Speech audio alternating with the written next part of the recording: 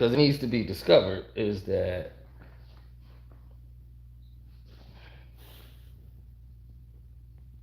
yes, the film that everybody loved, A Quiet Place,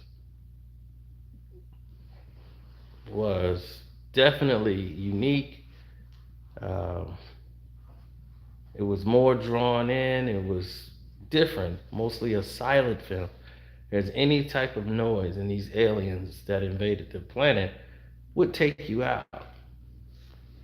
So A Quiet Place worked because it drew you into this family. They had a daughter who was deaf, and they had to deal with that dynamic, so they learned how to sign early on, and it affected the relationship within the family because they were forced to already use sign to communicate. As a family, they learned to survive. They weren't the only ones. There was a lot of people they living existing in silence. They had learned how to live in silence. But this is day one. And we kind of saw a glimpse of day one for those who was living in the times of, oh, what's good? Welcome, Screen Fame fans. So those who was living in the times of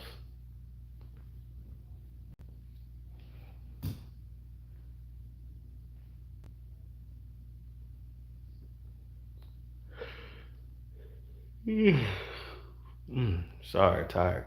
Those who were living in the times of the original stated and slotted positions, those people were basically fictionalized. They were in part two. You saw what was happening to those characters on day one, but since this is a worldwide event in different places, day one looked a lot different for certain people. Now, Lupita Nyong'o's character, she's playing a terminally ill cancer patient, and she's in hospice.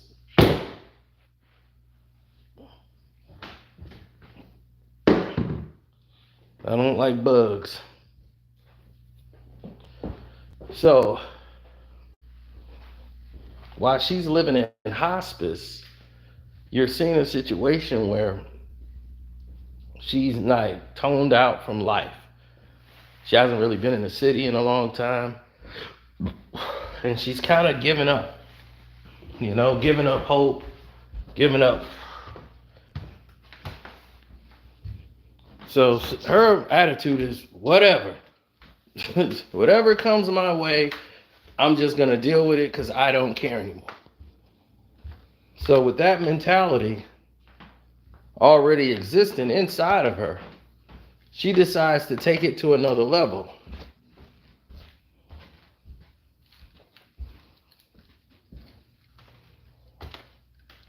And she agrees to go out to the city one time. And she was hoping maybe she can go by her old pizza place that she wanted to go to. And while they're on this trip, there's an emergency.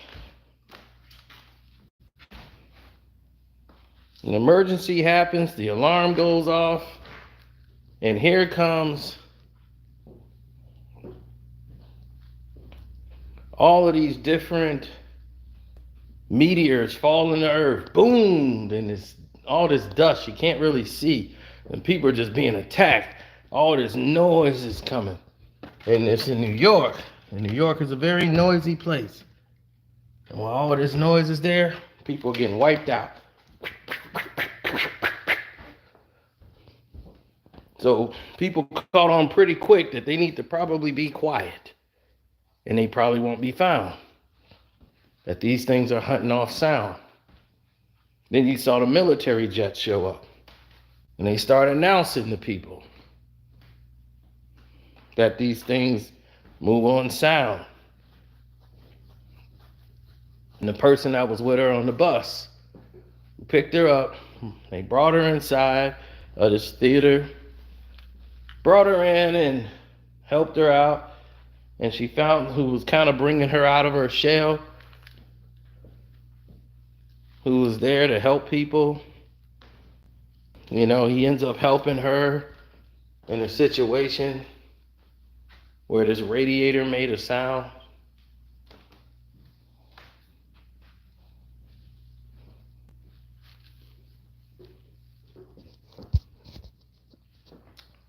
But here's where the movie gets a little crazy for me.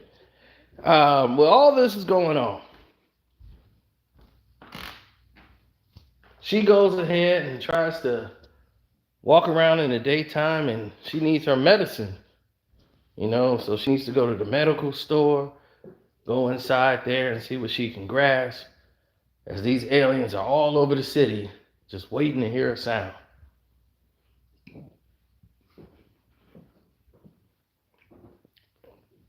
So under a water fountain, she see these two kids, like a brother and his sister.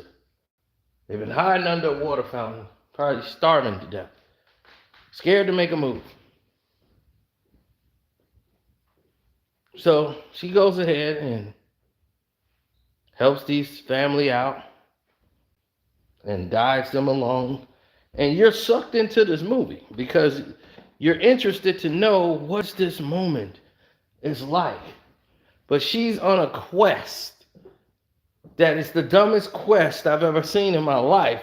But she had terminal cancer, so she feels like, hey, this is my quest. This is what I want to do with whatever time I got left on earth. So that became her motivation and drive. Now, for everybody else, might be a little different.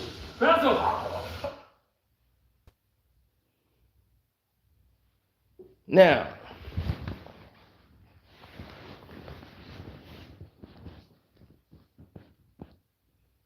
I took that to mean a lot of different things.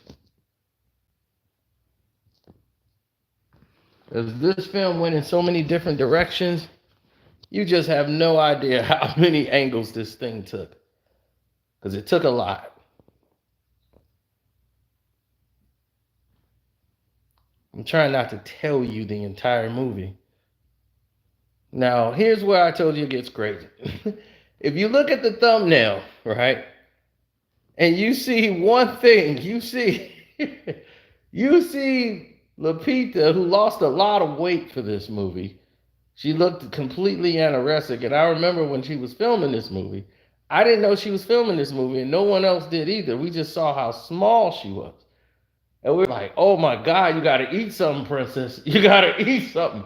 And that's all we telling her because we don't know she's filming this movie. And all of a sudden, this movie comes about.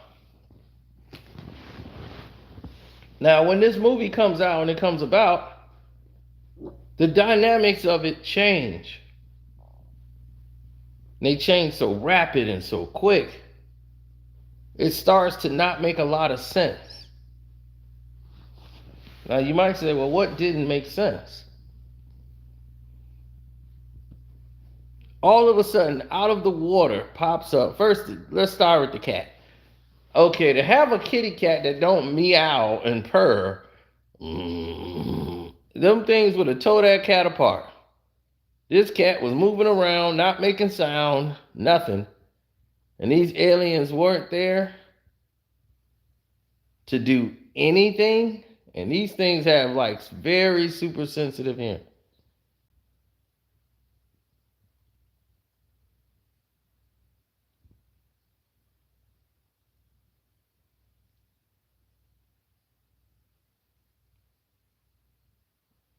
So certain frequencies drive them crazy. Now,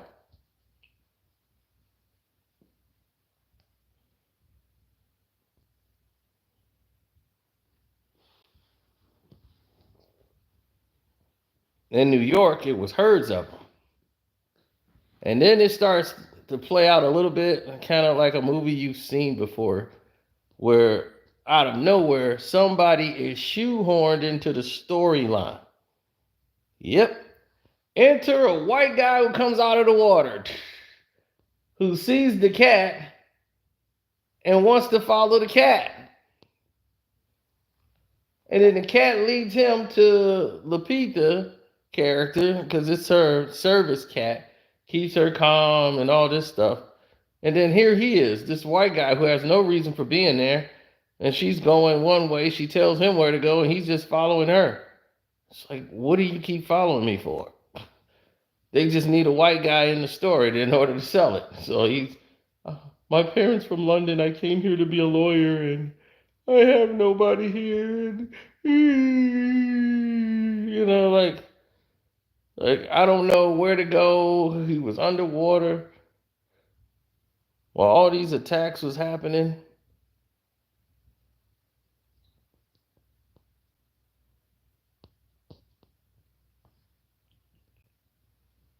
And he just pops up out of the water because he was hiding there because he said these things are afraid of water. The government figured out they can't swim and they're afraid of water.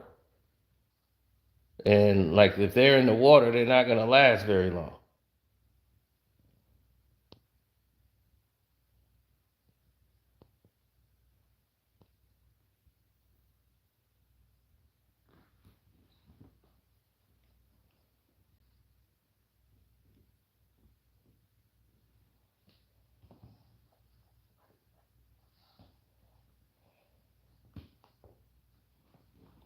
So they figure out a way to try to,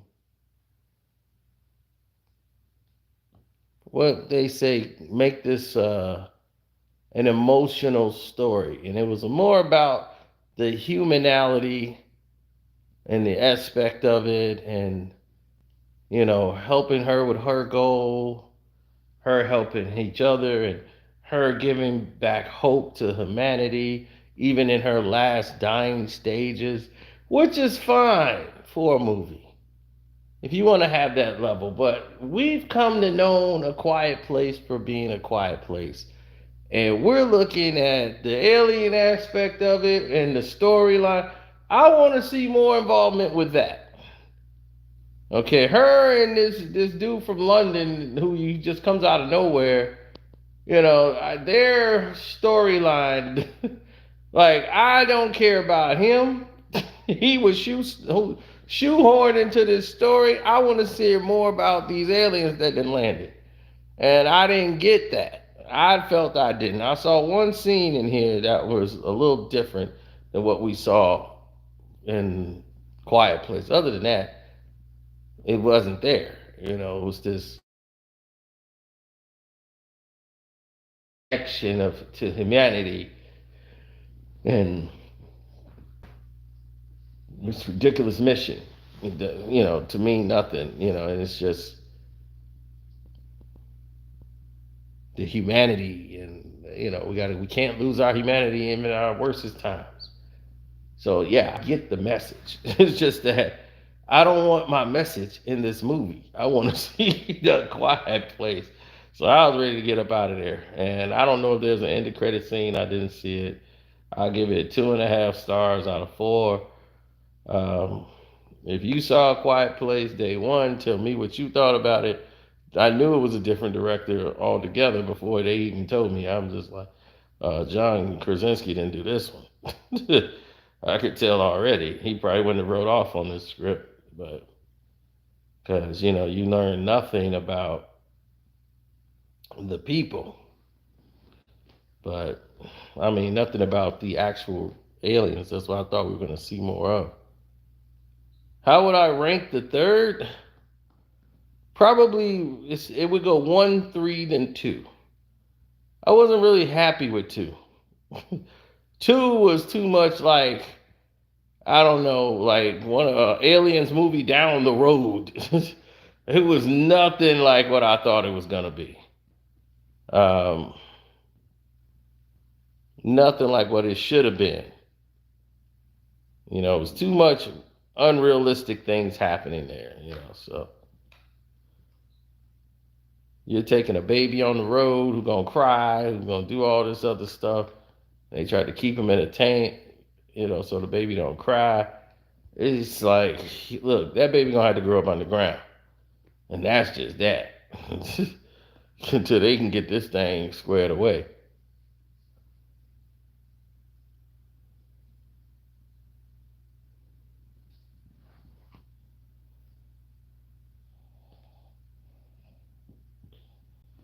Now, the way to beat them, I don't even know why it would take that long for them to do,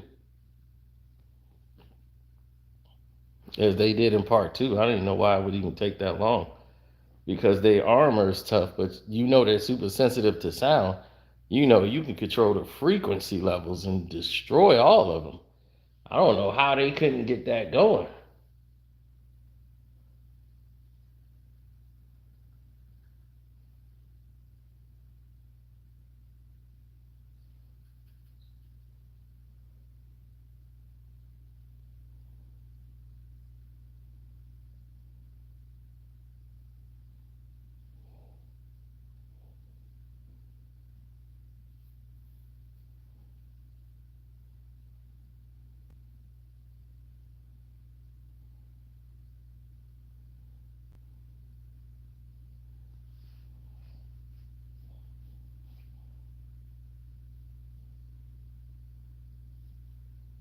Yeah, so y'all tell me what y'all thought if you saw it. I'm interested to see y'all, so I'll see it in the comment section. Peace.